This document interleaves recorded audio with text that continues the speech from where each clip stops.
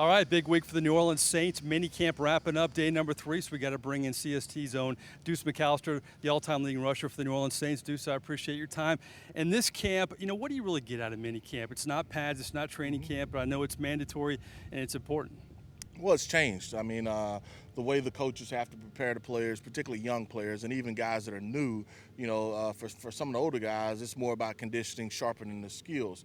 If you're going to be a younger guy, then you have to be able to pick up the playbook, make sure I can handle the speed of the game, and make sure that I can just go out and play. So as far as these camps are concerned now, a coach really has to make sure that he's not giving a player too much information so he can just go out and play. And so you want to see who can actually maybe look to contribute as well, particularly if he's a draft pick. He's got a better chance of making it, but, you also want to find that diamond in the rough, and I think they may have a few on the squad. One of the lead stories, obviously, the running back position. You have Mark Ingram, and then you have Adrian Peterson. I asked Sean Payton, how are you going to keep these guys happy? And he said, I'm going to harken back to Reggie Bush and Deuce Mcallister. And when he met with you two, do you remember the early meetings on how it was all going to work out, or did it just evolve? Well, for me, I'd never been to playoffs.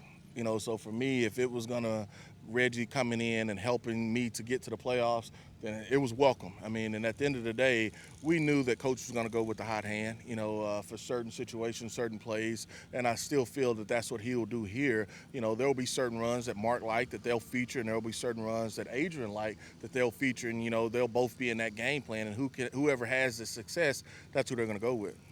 To your point, Drew Brees talked about how the game plan could change each and every week, but you've been in Mark Ingram's spot. The offseason, you pick up a running back who's going to take away your playing time. How does Mark Ingram handle this situation? Have you talked to him? You know what he's going through. Yeah, it's tough. You want all the touches. You never want to split any touches. You want all the touches. You feel like that any one of them can be that next big play. And so, I know what he's going through, but at the end of the day, it's got to be about the team.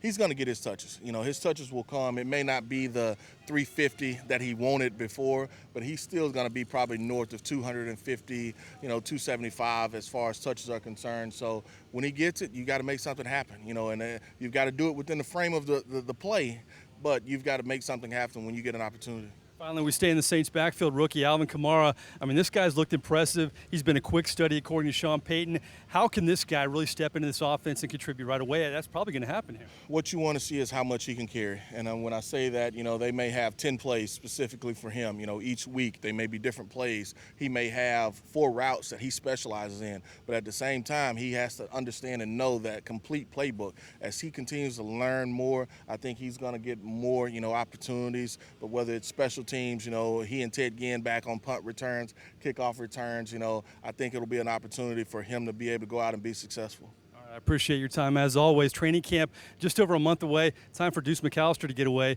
Family vacations and maybe some fishing, right? A lot of fishing. That's Deuce Mcallister. I'm Mike Neighbors for CST.